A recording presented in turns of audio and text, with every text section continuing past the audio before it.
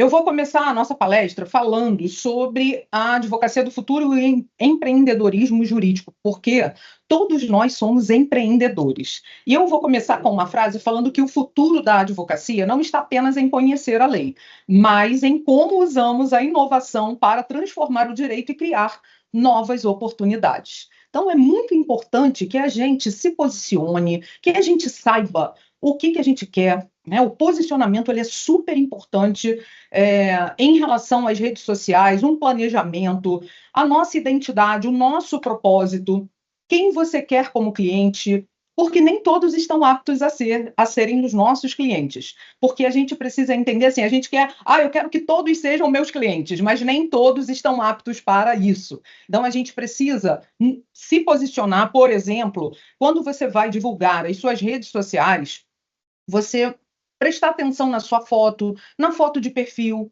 sobre o que você está levando para o conhecimento daquelas pessoas, porque é importante a sua figura estar relacionada ao que você pretende transmitir.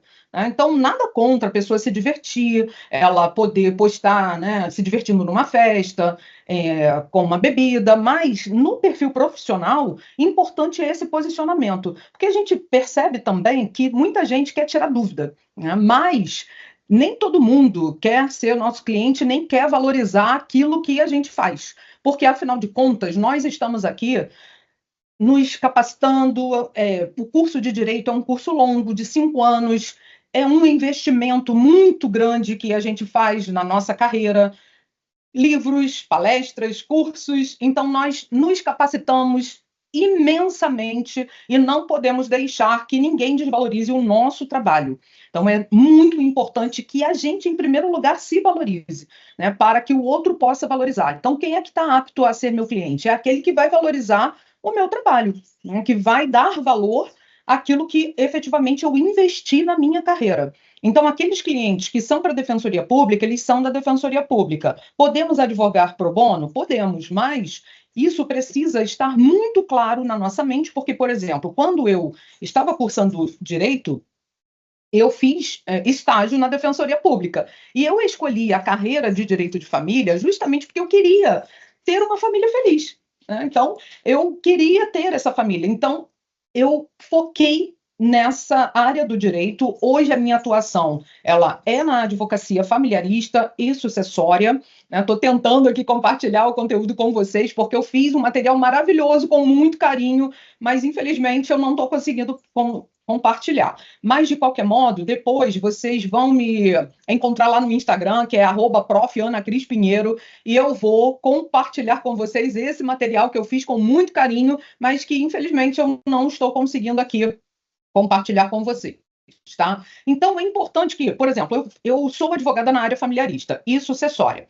Daí, hoje eu posto muito conteúdo da minha área, obviamente, mas eu também já atuei em outras áreas, porque no começo a gente acaba pegando várias causas, sendo um clínico geral, mas é importante que a gente se especialize em uma área, para que você possa ser uma referência, ser conhecido naquela área. Então, o posicionamento, um planejamento sobre como você vai lidar com a sua carreira, o nosso propósito. Se vocês perceberem, por exemplo, nas escrituras sagradas está escrito a palavra chamado, chamar, né, 1158 vezes. Então, o chamado é o nosso propósito aqui na Terra. Para o que você foi chamado? Para o que você foi convocado? Então, descobrir o nosso propósito também é muito importante para que a gente possa realmente exercer a nossa convocação aqui na Terra. E por isso que a gente precisa se identificar com alguma determinada área para que a gente possa atuar. Por exemplo, eu já atuei na área previdenciária, convertendo a aposentadoria, a benefício de auxílio-doença em aposentadoria por invalidez, mas eu nunca deixei de atuar no nicho de família e sucessões. Então, por que eu escolhi aquela área? Por que você está fazendo direito? Então, quando a gente escolhe o curso, é porque alguma coisa nos motivou. Então, algo desencadeou dentro de mim para eu poder fazer o direito. Então, cada um tem a sua motivação. E a área também escolhida, ela é também direcionada por algo que aconteceu. E a gente precisa criar essa conexão com o nosso cliente. Então, eu crio conexão com os meus alunos porque eu sei o que é estar do outro lado. E eu sempre peço a Deus assim, que eu nunca esqueça como é estar do outro lado, como aluno, como ouvinte. Porque eu quero que a minha aula seja como eu gostaria que fosse. Eu quero que a palestra seja como eu gostaria que fosse para mim. Então, eu me coloco no lugar do outro. E aí, isso também é muito importante. E criar essa conexão com o nosso cliente e o público a ser atingido. O marketing, ele tem uma linguagem diferente, porque eu também estudo marketing, que a gente não tem essa disciplina na graduação, né, no currículo, mas por isso que a gente está aqui, que a professora Ana Paula, que ela planejou essa semana acadêmica que está sendo maravilhosa, e a gente pode também compartilhar algumas atividades que estão afeitas ao direito, mas que não têm essa disciplina especificamente. Então, estudar o marketing é essencial, porque nós somos empreendedores. E eu vou aqui citar o Código de Ética da OAB, o provimento da OAB, que permite que a gente faça o marketing. Então, eu vou colocar um limite aqui para vocês. O que a lei fala? Qual é o limite imposto pela lei? O que se pode fazer, o que não se pode fazer, o que se deve ou não fazer? Porque, às vezes, quando a gente vê algum colega postando alguns vídeos no Instagram, aquele colega ele pode ter uma carreira breve, porque ele muitas vezes está infringindo o código de ética e o provimento. Então, eu vou colocar para vocês aqui esse parâmetro para que a gente possa já começar a atuar dentro daquilo que é legal, dentro daquilo que é ético, dentro daquilo que é transparente e permitido, né, pelo nosso código de ética. Então, a gente tem uma palavra que fala do marketing que se chama persona. Quem é o público a ser atingido? Quem é a minha persona? Então, o público que eu quero atingir, por exemplo, se eu quero vender curso, aí eu não vou ficar postando informativo a respeito de ações de alienação parental, de guarda de alimentos, mas aí eu vou postar conteúdo informativo direcionado para os advogados. Se eu quero captar clientes de uma maneira vamos dizer assim, indireta, porque eu não posso fazer o call to action, que é chamado CTA no marketing, call to action, chamada para ação. Então, eu não posso fazer esse call to action na minha postagem. O que é isso? Chamar a chamada para ação, que é assim, olha, outubro rosa, eu vou advogar para todas as mulheres, eu parcelo em 10 vezes, isso não pode acontecer. Então, doutor habeas corpus, parcelo o seu habeas corpus em 10 vezes. Não pode acontecer. E nem entre em contato comigo. Não. Então, eu posso sim postar um conteúdo informativo e eu não vou fazer a chamada para ação. A pessoa que se conectou comigo, porque tem muitas pessoas falando a mesma coisa na internet. E ontem o ministro Barroso, ele falou sobre isso, né? Que eu tive a oportunidade de assistir a palestra hoje, e ele falou sobre as tribos que estão sendo criadas nas redes sociais. Por quê? Porque o algoritmo entende o que eu me interesso por aquele assunto, então eu só vou ver postagens a respeito daquele assunto. Então, meio que se cria uma tribo, né? Então, aquilo que aparece para mim, talvez pode não aparecer para você, porque é de acordo com aquilo que a gente se interessa. Basta você ver, depois que você assistir essa palestra, se você clicar lá na lupa do seu Instagram, vai aparecer aquilo que você mais consome dentro do Instagram. Então, clica na lupa, você vai ver. Aí você vai falar assim, caramba, eu estou usando as redes sociais muitas vezes para me entreter, mas não para aprender. Então, a gente precisa também focar naquilo que a gente quer. Então, o público a ser atingido é a persona. E aqui eu coloquei num outro slide, gente, eu fiz um slide tão bonito, né? E depois, quem quiser, eu vou fazer uma postagem disso que está acontecendo aqui, dessa palestra, e aí vocês podem me pedir que eu vou mandar o material para vocês em PDF, tá? E eu falo assim, que antes do marketing tem que vir o conteúdo. Porque eu não posso fazer um marketing se eu não tenho conteúdo. Então, eu preciso primeiro ter o conteúdo, não é print e cola, né? Printar e colar. Por exemplo, eu sigo o perfil do CNJ. Aí eu vou lá, printo o perfil do CNJ e posto. Não, porque se a pessoa quiser ter acesso ao que o CNJ está postando, ela vai lá no perfil do CNJ e posta. Então, não precisa printar e colar. Então, você vai ver aquela notícia e você vai falar do seu jeito. Então, e vocês, enquanto estudantes, já podem fazer isso também. Né? Porque vocês podem fazer parceria, já podem, no estágio, fazer estágio e já captar cliente nesse sentido. Tá? Então, construir conteúdo de forma simples, com uma linguagem que a pessoa entenda o que você está falando. Vídeos curtos, de até 1 minuto. A gente sabe que as pessoas hoje para ela assistir um vídeo completo é muito, muito complicado, porque no Instagram você tem que chamar a atenção. Então, chama atenção assim: você construiu o terreno na casa da sua sogra, você pode perder o que você construiu. Aí tem a seção invertida. Olha, você está praticando alienação parental? Cuidado, porque você que acusa de alienação parental pode estar fazendo uma autoalienação parental. Uma notícia que a gente assistiu, né, há pouco tempo, aí eu até vou gravar um vídeo sobre o testamento do Cid Moreira, que ele deserdou os filhos, ou é a esposa, a viúva, que vai ajuizar uma ação de indignidade contra os filhos. Então, a gente precisa estar ciente de tudo o que está acontecendo para que eu poste conteúdo de acordo com o meu nicho de atuação, para que aquelas pessoas saibam aquilo que eu estou falando. Então, os vídeos curtos, umas artes, carrossel, não sei se vocês sabem o que é o carrossel, são aquelas imagens que a gente faz no Canva. O Canva é um aplicativo que você pode criar conteúdo e é aquele arraste para o lado, né? Então, você constrói uma série de carrosséis que você vai postar conteúdo a respeito daquele nicho que você escolheu. A lista de transmissão também é no WhatsApp. Então, por exemplo, se você tem um WhatsApp normal, eu te sugiro você transferir isso para o WhatsApp Business. Então, é gratuito também, transformar no WhatsApp Business. Você baixa o WhatsApp Business e ele vai ter uma conta que é uma conta de negócios, uma conta comercial. E aí, por exemplo, você gravou um vídeo, você pega aquele vídeo e você joga na sua lista de transmissão, que não é proibido fazer isso. Por quê? Porque a pessoa, às vezes, ela está pensando sobre um assunto jurídico, mas ela está totalmente desconectada com para quem que ela vai, a quem que ela vai recorrer.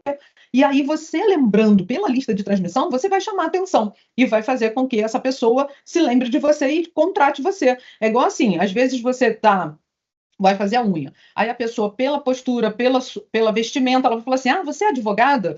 Né? Ou então você está num lugar, você não vai falar: olha, eu sou advogada. Não, você vai falar sobre: poxa, eu atendi um cliente nessa situação assim. Então você vai fazendo as conexões. Então, isso é importante, porque quem não é visto não é lembrado. Então, a gente precisa também chamar atenção para essa questão, né? Quem não é visto não é lembrado. Então, conteúdo informativo não é proibido pelo Código de Ética da OAB e nem pelo provimento. Então, eu posso postar um conteúdo informativo. E pessoas se conectam com pessoas, que é uma máxima do marketing também, né? Que não é com conteúdo frio, é uma conexão, porque eu posso contar alguma coisa que aconteceu comigo, qual foi a minha trajetória, o que me fez enveredar e escolher o nicho de família e sucessões. Então, contar a nossa história, a nossa experiência, isso pode causar uma conexão e vai causar, né? Porque pessoas se conectam com pessoas. Então, aquilo é também muito importante para você poder divulgar e fazer o marketing de uma forma leve, de uma forma suave, de uma forma que esteja de acordo com a lei. Né? E uma outra questão também é a advocacia do futuro, né? Que a gente também tem esse tema hoje aqui para a gente conversar um pouquinho sobre isso. Porque os cursos de direito no Brasil sempre foram muito beligerantes, belicosos. E eu já ouvi de vários alunos que guerra é dinheiro. E a gente sabe, né, que o mundo está em guerra por causa de poder, de dinheiro. E realmente é isso. Mas a gente precisa ter um olhar diferenciado. Hoje eu estava dando aula de métodos adequados de solução de conflito e a gente falou sobre direito sistêmico, né, que não é um ramo do direito, mas que ele está ampliando esse conceito de direito sistêmico para que a gente venha a ter um olhar plural, um olhar não só para o conflito, mas para as pessoas que estão envolvidas naquele conflito. Né? Por exemplo, eu atendi um cliente na sexta-feira que ele estava precisando de um esclarecimento a respeito de um imóvel que a mãe dele faleceu e o pai está morando agora com a amante, né? Que ele descobriu que essa mulher já estava se relacionando com o pai dele antes da mãe morrer. E aí herda um imóvel de um valor de 10 milhões de reais e aí dividiu para 3 filhos e o marido, né? Porque era o casamento pela separação total de bens, e nesse regime o cônjuge concorre com os descendentes, e o pai dele, por causa do direito real de habitação, está no bem. Né? O bem pertence aos 4, aos 3 filhos e ao pai, e ele tem um direito real de habitação legitimado pelo artigo 1831 do Código Civil. E aí, naquele momento de atendimento àquele cliente na sexta-feira, eu falei para ele, eu entendo a sua dor, mas vamos separar o emocional do racional. Né? Eu sinto muito pelo seu pai ter traído a sua mãe e ele estar morando com essa pessoa num apartamento que era da sua mãe. A sua mãe, enquanto viva, vocês não tinham nenhum ônus, perdão, mas agora vocês têm um ônus. Por quê? Porque eles, como proprietários, eles têm que pagar, por exemplo, a cota extra do condomínio. Né? E é esse o problema que ele veio me consultar, porque os proprietários precisam pagar as cotas extras do condomínio. O condomínio paga quem está morando, mas os proprietários têm que pagar as cotas extras. Só para vocês entenderem que, assim, eu não é sentir pena dele, né? Porque a gente só dá o que tem, mas é a gente deixar o cliente ciente de que ele tem a dor dele e que eu sinto, assim, eu assumo que eu reconheço essa dor, mas que eu vou ajudá-lo a resolver esse problema de acordo com o reconhecimento que ele tem, que é um problema, né, e que precisa separar a emoção da razão. Né? Então, isso é de suma importância, porque o advogado do futuro, que eu falo que é do presente, porque é do futuro e do presente, ele pratica as soft skills, que são as habilidades comportamentais. Então, nós vamos mesclar a advocacia 4.0, que é a advocacia baseada na tecnologia, nos softwares, por exemplo. Hoje, eu sugiro que um advogado que tenha mais de 30, 40 ou 50 processos, que ele contrate um software para a gestão dos processos, porque é humanamente impossível verificar os prazos diariamente. Né? Então, a gente precisa ter a ajuda da tecnologia a nosso favor. Então, eu vou contratar um software para que possa me ajudar na gestão dos processos, na gestão dos clientes, dos prazos, porque prazo é fatal para o advogado. Então, isso está incluído na Advocacia 4.0. A tecnologia ela veio para ficar. Ela não vai deixar de existir, nem vai deixar de ter a importância que ela tem.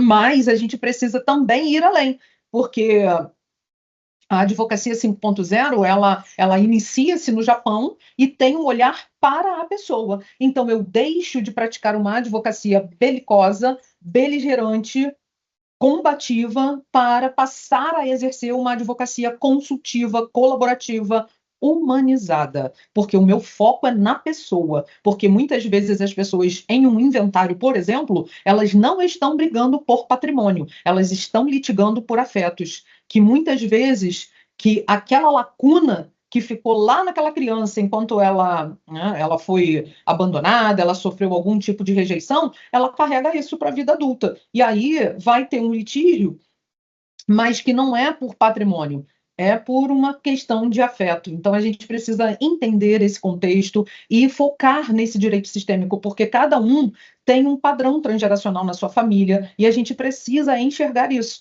né, com uma visão sistêmica, de olhar além daquilo que está se apresentando. Então, não é invadir a intimidade do cliente, mas a gente saber que é importante a gente ter esse olhar, um olhar humanizado. Então, essa prática da advocacia 5.0, que a gente tem como tema de advocacia do futuro, na verdade, ela é a advocacia do presente. Né? Então, eu preciso também ter olhos para isso. A tabela da OAB, ela é uma referência.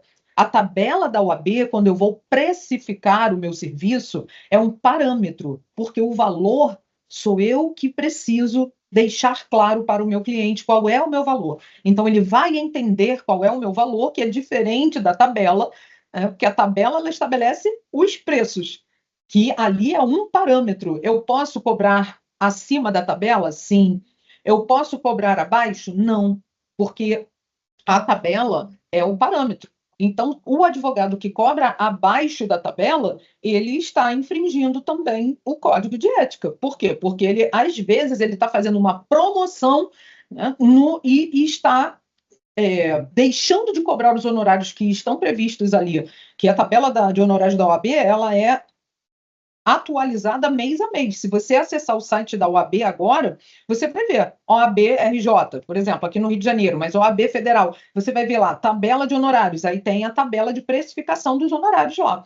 E que aquilo ali é um parâmetro. E eu, quando eu vou escolher o marketing, como eu vou divulgar o meu trabalho, como advogada, eu posso trabalhar no online ou no offline, né? Então, no offline assim, cada vez mais está ficando para trás, porque você hoje, se montar o seu escritório lindo e maravilhoso, e não vai esperar que ninguém vai bater na sua porta, que não vai. Então, as pessoas precisam ser vistas. Então, eu trabalhar no online, isso é muito importante. Hoje eu tenho que estar presente nas redes sociais, pode ser até no próprio WhatsApp Business eu ter um catálogo, né? No Instagram eu posso ter um perfil pessoal que junta com um profissional. Eu, por exemplo, eu penso que a pessoa precisa juntar as coisas, né? Juntar o perfil. Tem gente que tem um perfil pessoal e um perfil profissional. Só que eu penso assim, ó, não há necessidade de eu ter dois perfis.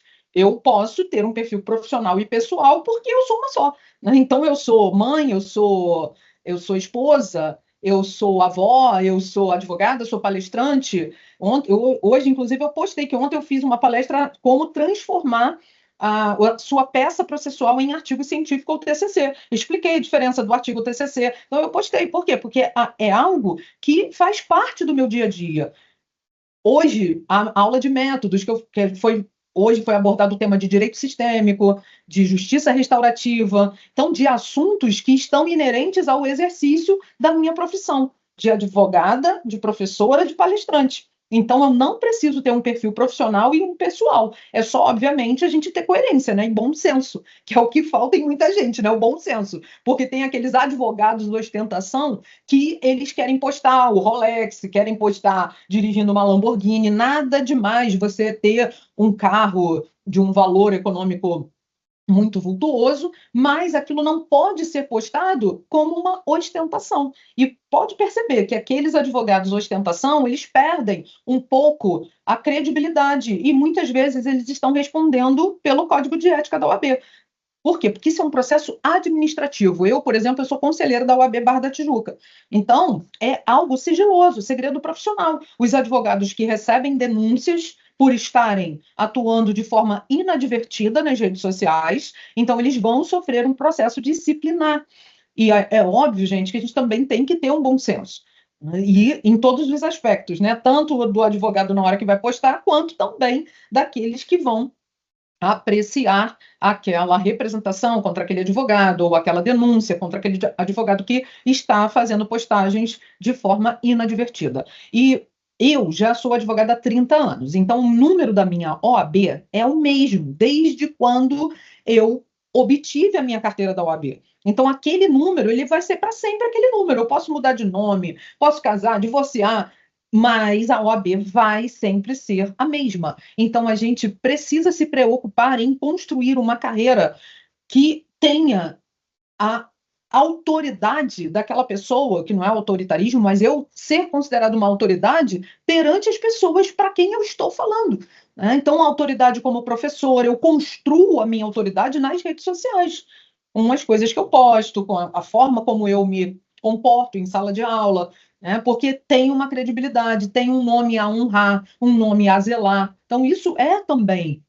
de suma importância. Então, não se deixem levar por pessoas, por influencers, que na verdade são manipuladores. Então, a gente precisa identificar isso. Que é influenciador, quem é o manipulador. Né? Porque a gente sabe, eu postei também um vídeo um dia desses falando sobre o vício em bets, em apostas, em vício em sites de pornografia, que isso tem sido atualmente a causa de muitos divórcios. Né? E como a gente vai se proteger desse tipo de ação, né? Então, o cônjuge que ele está viciado em jogos de aposta, em sites de pornografia, em aplicativos, ele também vai causar um prejuízo emocional e financeiro para a família. Então, a gente precisa também falar sobre isso. Né? E uma outra situação é tomar decisão e agir, porque muitas vezes a gente toma decisão e não age.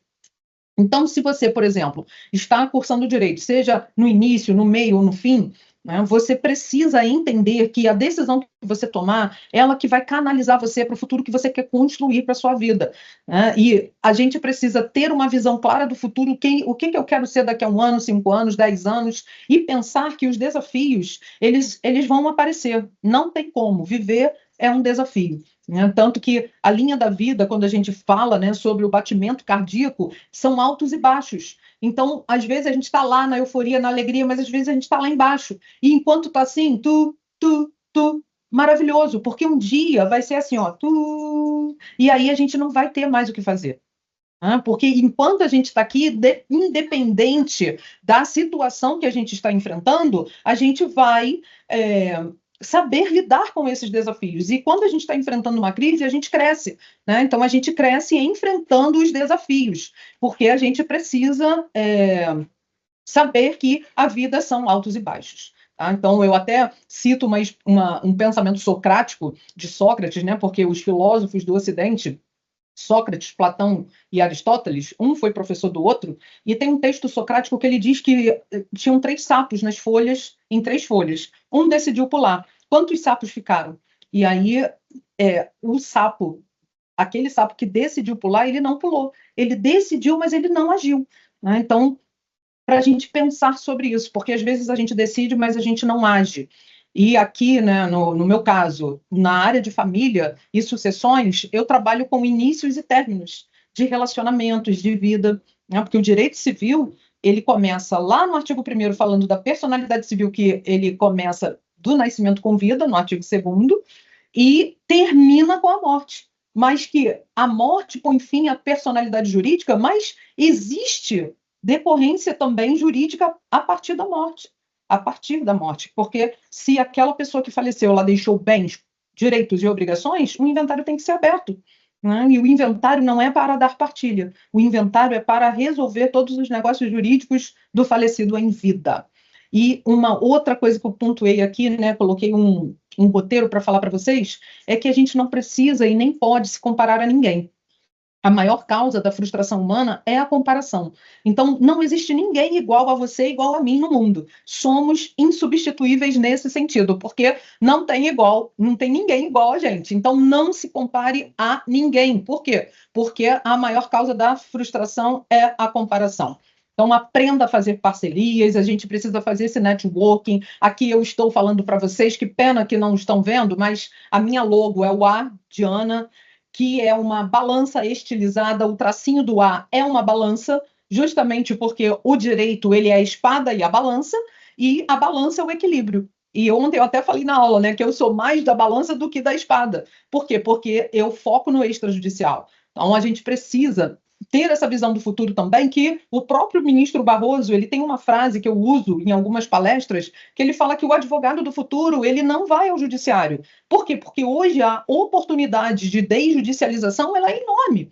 Né? Então, eu já posso fazer divórcio no cartório, já posso fazer inventário no cartório, posso fazer adjudicação compulsória, eu posso regularizar imóveis. Então, são nichos do extrajudicial que são muito, muito bons, porque o judiciário está congestionado. Né? Então, a gente precisa também ter olhos para isso, que no futuro não vamos precisar tanto assim do judiciário. E se a gente já começar a pacificar vidas desde agora, na prevenção, na advocacia consultiva, preventiva, eu não vou precisar litigar, porque eu não vou atender pessoas em conflitos, eu vou fazer as tratativas para que aquela pessoa entre em um acordo. Né? E uma coisa que eu falo para vocês, que eu até fiz aqui um dos pontos do slide, que eu coloco assim, ó, repita comigo. Eu estudei muito para não cobrar. Eu passei por muitos desafios para chegar até aqui. São 5 anos, não 5 dias. Se o cliente não consegue definir o seu problema em uma frase, é preciso marcar uma reunião, uma consulta paga. Eu não tiro dúvida, eu marco consulta. Eu mereço ser valorizado. Então, isso a gente precisa repetir, porque é do marketing, mas a gente primeiro precisa se convencer. Eu preciso me autoconhecer, me autovalorizar, ter um amor próprio, porque a gente só pode cuidar do outro se a gente cuida da gente. Se a gente não se valorizar, quem irá? Então, eu me valorizo. Então, eu preciso criar um branding pessoal, uma marca, uma forma de... Claro, gente, que hoje é todo mundo muito eclético, cada um se veste do jeito que quer, faz tatuagem, faz piercing, e está tudo bem, porque tem público para todos os nichos, né? E formas de você agir, de se posicionar, mas você precisa criar a sua marca. Então, por exemplo, quando você começar a advogar, eu sugiro que você contrate um fotógrafo profissional para fazer fotos profissionais, que é diferente. Você vai colocar uma roupa, vai fazer a maquiagem, vai fazer o seu cabelo. Então, você vai criar uma marca e um branding pessoal. Então, crie a sua logo. Não precisa fazer um site. Eu tenho um site, depois, se vocês quiserem acessar, é um site muito bonito, mas que não tem muita utilidade hoje em dia, que é o acpinheiro.com, acpinheiro.com, que é dianacristinapinheiro.com. E aí, hoje, mais vale uma landing page, né? Que eu faço uma landing page para eu informar a meu respeito, quem sou eu, o que, que eu faço, qual a minha missão, qual é o meu valor, mas de uma forma bem breve e com uma linguagem mais descontraída.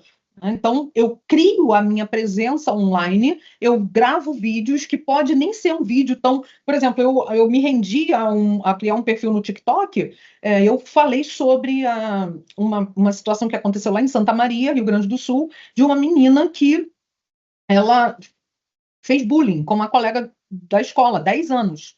E a mãe processou, né, representando a menina, processou. E ela foi obrigada, a mãe da menina que praticou bullying, foi obrigada a pagar uma indenização de 13 mil reais. Aí eu postei esse vídeo falando sobre isso no TikTok. Está com 183 mil visualizações. Então, é um conteúdo que engaja, é um conteúdo que chama a atenção para que você fique conhecido. Né? Outra coisa também é você se oferecer para fazer palestras. Eu, por exemplo, tenho publicação, eu tenho um projeto de publicação com os meus alunos. Né? Então, por exemplo, se você desenvolve um artigo ou um TCC, quer publicar, entre em contato comigo, vamos publicar. O livro tem ISBN, International Standard Book Number, que é uma forma de marketing também. Você sendo autor, você conta ponto para titulação no concurso público, você é autor de um capítulo, você já tem entrada na Bienal. Então, a gente precisa também se movimentar. Né? Eu quero fazer uma palestra, eu estou fazendo o projeto de extensão da disciplina de consumidor, de métodos, de família, de direitos humanos. Então, eu fiz um projeto de extensão focado num assunto X. Então, eu quero oferecer essa palestra. Então, faça isso. Sabe? Fale com as pessoas na OAB, na sua subseção. Por quê? Para você ficar conhecido, né? E transformar aquele projeto em palestra, transformar aquele artigo em palestra. E aí você vai fazer essa gestão de relacionamento. Então você pode hoje se posicionar, cria um canal no YouTube. Eu, por exemplo, eu tenho um canal no YouTube. Quem vai para o YouTube, ele quer assistir um material mais denso, né? Igual esse aqui que a gente vai uma palestra de 1 hora. Então é um conteúdo que eu vou ter vamos dizer assim, um tempo maior de estudo a respeito daquele assunto. Já no Instagram, um vídeo de 1 minuto já é demais. No TikTok, 30 segundos, né, para que você cause interesse em alguém. Então, a gente precisa também trabalhar com essas questões dentro do marketing. E um atendimento personalizado, foco no cliente. Então, por exemplo, eu aqui estou olhando para a câmera, estou falando com vocês, eu estou lendo aqui o meu roteirinho só das partes principais, mas o foco é aqui. A mesma coisa, hoje a gente atende online, né? Que tem muita gente que opta hoje por abrir mão de um escritório físico e fazer um escritório online. Então, eu utilizo um espaço da minha residência para o escritório e eu faço o atendimento virtual. E isso, gente, com a pandemia, isso foi a coisa boa que veio. Né? Por quê? Porque você pode atender clientes no Brasil inteiro, né? Usando essa ferramenta do online. E aí, enquanto você estiver ali, você esteja inteiro, de corpo, mente e alma, né? E espírito, né? Presente naquele momento, que é isso que eu sinto, que hoje as pessoas estão muito dispersas. Então, quando você for atender o seu cliente, é aquela hora que o cliente está pagando para ouvir uma orientação, uma consulta, uma mentoria. Né? Eu faço muita mentoria também, eu trabalho com pareceres jurídicos, com consultoria, com mentoria, com de todas essas espécies, né? De mentoria, consultoria e uma reunião online para que eu possa fazer o atendimento para o cliente. Então, eu esqueço o celular, é foco no cliente. Tá? Então, quando você estiver numa aula também, que você esteja focado naquilo que está sendo dito. Né? Porque, para quem está falando, é muito importante ele ver a receptividade de quem está ouvindo. E eu sei que, às vezes, é também necessário que você esteja falando uma coisa que agrade, né? Que interesse. Vamos lá para artigo 39 do Código de Ética da OAB. Então, eu destaco o artigo 39, que diz assim, ó, a publicidade profissional do advogado tem caráter informativo, eu grifei o informativo, e deve primar pela discrição e sobriedade, não podendo configurar captação de clientela ou mercantilização da profissão. Então, o artigo 39 do Código de Ética da OAB, ele prevê que eu posso sim postar um conteúdo informativo e que eu posso patrocinar, por exemplo, um post no Instagram. Então, eu vou escolher a minha persona. Então, eu coloco assim, ó, pessoas de 20 a 65 anos, Brasil, estudantes de direito. Ou eu foco advogados. Então, eu posso escolher isso. Se eu tenho um perfil profissional, eu posso fazer o patrocínio daquela publicação que eu fiz. Vocês já perceberam que no Instagram vem assim, ó, patrocinado, porque eu patrocino, as pessoas, né, patrocinam, porque para ela ter um alcance maior, para ela ser conhecida por mais pessoas. Então, ela vai escolher a sua persona. Então, isso também é uma dica de marketing. Você escolher o seu público-alvo, a sua persona, e você pode fazer o patrocínio direcionando para aquela área específica que você quer atingir. Então, você pode estar no Google Ads, você pode estar no YouTube, você pode estar no Instagram, você pode estar no Facebook, você pode, mas é conteúdo informativo. E tem o provimento 205 de 2021, que atualizou as regras em relação ao marketing jurídico, né, adaptando-as à realidade digital, permitindo uma maior presença online, mas sempre respeitando os princípios de moderação e ética profissional. Então, outro dispositivo legal para vocês anotarem é o provimento 205 de 2021, que é relacionado ao marketing jurídico. E manter-se atualizado, que é uma dica importante também, transparência, ética profissional. O melhor marketing é uma boa atuação. Então, o melhor marketing que eu posso fazer é uma boa atuação, porque o cliente vai passando um para o outro, porque você atuou com ética, com profissionalismo, e aí você tem um nome a zelar. Né? Então, a atuação, ela é importante, você ter essa boa atuação para que isso também seja o seu melhor marketing. E já nos encaminhando para o final, porque eu vou deixar um tempinho para perguntas, se vocês quiserem, tá? Agradeça as pequenas vitórias diariamente, né? Então, mais um dia que a gente está vencendo os desafios, hoje, amanhã, depois, avance cada dia um pouco e tenha atitude, porque decisões as pessoas tomam, mas elas nem sempre agem.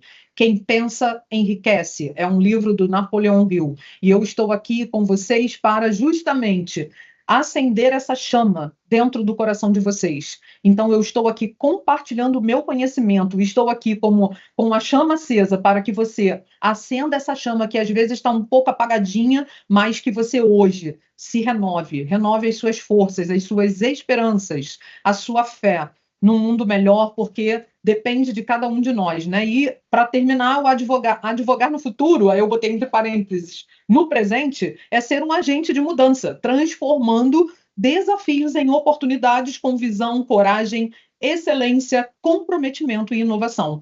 E meu muito obrigada a todos vocês por estarem aqui prestigiando essa palestra que eu fiz com muito carinho, e a professora Ana Paula Salles, agradeço imensamente pelo convite e estou sempre disposta aqui a compartilhar os meus conhecimentos com todos vocês. Temos alguma pergunta, Ana? Você está com o microfone desligado. Oi, professora Ana Cristina, tudo bem? É um prazer ouvi-la, né? A senhora sempre fala divinamente, uma fala muito acessível, muito pontual, muito direta ao aluno, dentro daquilo que ele precisa ouvir nessa jornada de formação. Muitos elogios aqui no chat também. Eu separei 2 perguntas que eu coloquei aqui no chat da nossa reunião. Então, tem uma primeira pergunta, que é da aluna Luciana, que ela pergunta assim: eu, como aluna, como devo colocar no meu perfil do Instagram essa informação? E uma segunda pergunta do Bruno de Souza, que pergunta assim: doutora, sobre o início da advocacia, a senhora acha muito arriscado já sair da faculdade e abrir um escritório próprio? Vamos lá. Então, você, enquanto estudante, Luciana, é Luciana, né? Eu penso que você pode, sim, postar alguma coisa, por exemplo, se você faz a monitoria lá na sua unidade, no seu campus, porque isso também é importante, que às vezes você tem uma facilidade maior em um determinado ramo do direito e você está falando para os seus colegas. Então, por exemplo, eu tenho alunos que no 9º período já foram aprovados na OAB, eles falam sobre a experiência deles. Então, quem mais tem legitimidade para falar sobre algo que ele acabou de vivenciar? Então, isso é muito importante. E aí, de suma importância que você poste o conteúdo, mas aí você vai postar de maneira informativa, tá? Mas sempre procurando fazer uma parceria com algum professor, algum advogado, às vezes parente, para que você já possa atuar fazendo um estágio extraoficial, mas você pode. Eu, às vezes, faço parceria com alguns alunos, que agora a minha atividade profissional está muito intensa, né? Mas você pode fazer. A outra pergunta foi do Bruno, né? Então, eu devo abrir um escritório logo no início da minha advocacia? Olha, Bruno, é como eu falei, né? Hoje em dia a gente está muito focado no virtual. Então, o gasto com o escritório ele é muito alto, porque você tem que pagar o aluguel, as contas, né? Porque faturamento é diferente de lucro. Então, quando a gente tem um faturamento, eu faturei tanto. Então, eu tenho que tirar todas as minhas despesas. Então, eu orientaria que você sugiro, né? Que você primeiro, exerça a sua advocacia no escritório, porque no início de carreira a gente tem que se sujeitar a um salário de um advogado júnior para que você obtenha uma experiência para poder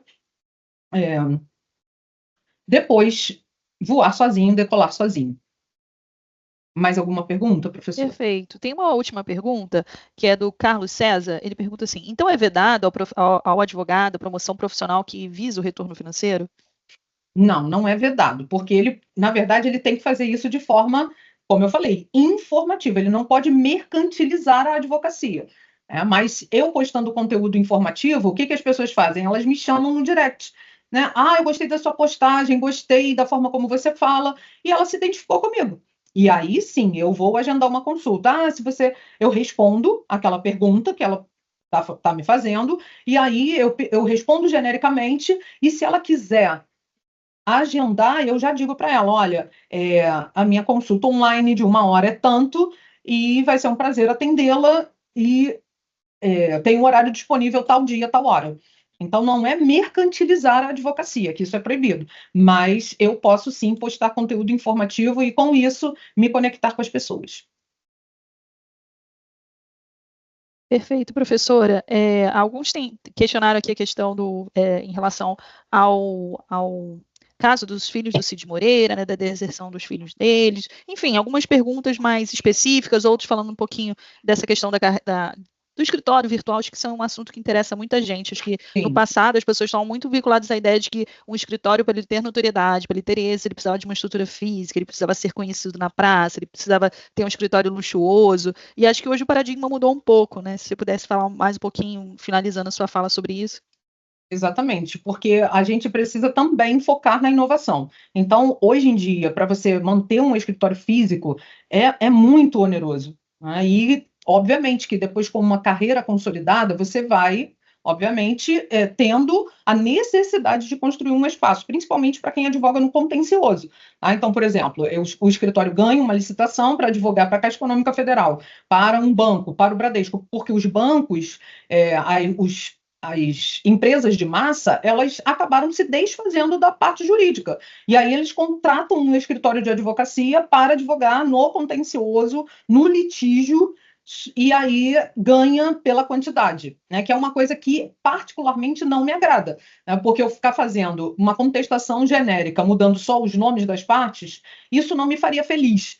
Então, porque a gente precisa amar o que faz e fazer o que ama. E a própria OAB, ela concede o coworking. Tem as salas da OAB com que o advogado, em início de carreira, pode fazer uso das salas da OAB, isso já está dentro da anuidade. É só você agendar um horário e você atende o cliente dentro do espaço da OAB.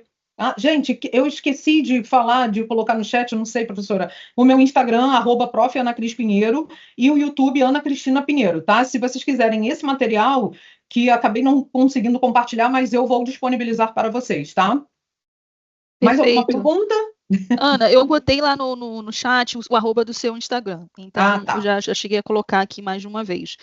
Tem uma última pergunta da Wendy, Yasmin, que eu achei interessante, de repente, para a gente fechar a nossa palestra de hoje. A Wendy pergunta assim: estrategicamente falando, o cliente, ao ter acesso à vida pessoal do profissional, não acaba ultrapassando a linha do profissionalismo entre advogado e cliente? Como manter esse cuidado? Acho que ela faz muita referência à questão do Instagram, de você estar nas redes sociais, de você ter um escritório virtual, de atender de casa. Mas acho que também tem que ter a ideia de que o cliente não vai na sua casa, né? Não é bem assim que funciona. Acho que vale esse esclarecimento. Sim, porque eu falei do perfil profissional e pessoal, que eu, por exemplo, eu não tenho 2 perfis, é um só. Mas aí também eu escolho o que eu vou postar, né? Então, é muito disso também, de a gente se posicionar na questão de você manter aquela distância necessária e a aproximação necessária, tudo com muito respeito, autoridade, para que as coisas não confundam, né? Então, a gente precisa também saber qual é o limite, a linha tênue que separa o pessoal do profissional. Então, as pessoas só veem o que a gente quer que elas vejam. Aí, porque tem gente que quer postar tudo. Acordei, almocei, lanchei, jantei. Então, isso também é uma questão que você. Tudo bem, a gente quer saber do dia a dia, pessoas se conectam com pessoas, eu preciso. Ali, eu vou postar o meu dia a dia. Hoje eu estou aqui, estou no fórum tal, fiz isso, fiz aquilo. Mas nem tudo a gente vai postar. Então, é o bom senso que deve ser priorizado. Bom senso e a noção. Verdade, professora. Em tempos de muita loucura, o apelo ao bom senso nunca é demais, o retorno à ideia de proporcionalidade, de razoabilidade, isso é adequado, né? Eu preciso expor isso ou não? Então, acho que isso é realmente uma coisa que essas gerações mais jovens, elas precisam compreender, de que nem tudo da vida precisa ser publicizado, ainda mais quando você utiliza uma rede social para fins profissionais. Outra possibilidade é ter uma rede social exclusiva para fins profissionais, né? E ali você não abre a sua vida pessoal, você pode ter uma rede privada ali com seus amigos e familiares, que é uma coisa distinta. Isso é um ponto muito importante, tá, pessoal? Tudo isso que a professora Ana Cristina comentou é essencial para ter uma respeitabilidade do seu perfil profissional, né, da projeção do respeito que se dá à sua imagem, à sua posição profissional, à sua reputação enquanto profissional. É importante construir isso desde sempre, desde a graduação. Professora Ana Cristina, foi um prazer tê-la aqui conosco, palestra muito, muito, muito interessante de ouvir, a fala também é muito leve, então acredito que esses 60 minutos tenha passado voando para os nossos alunos e ficou gostinho de quero mais. Muito obrigada por aceitar nosso convite, a casa é sua, sempre quiser voltar, será muito bem-vinda, os alunos adoram ouvi-la e eu também. Pessoal, muito obrigada, professora Ana Cristina. Um beijo para vocês, fiquem com Deus e até a próxima. Até a próxima, pessoal. Lembrando que às 19h30 a gente retoma com a palestra magna do dia de hoje, com o professor Humberto Dalla, falando um pouquinho sobre desjudicialização, esse nome grande, né, mas bastante interessante, pauta do dia também no Poder Judiciário. Pessoal, muito obrigada e até a próxima. Tchau, tchau para todos. Tchau, fiquem com Deus.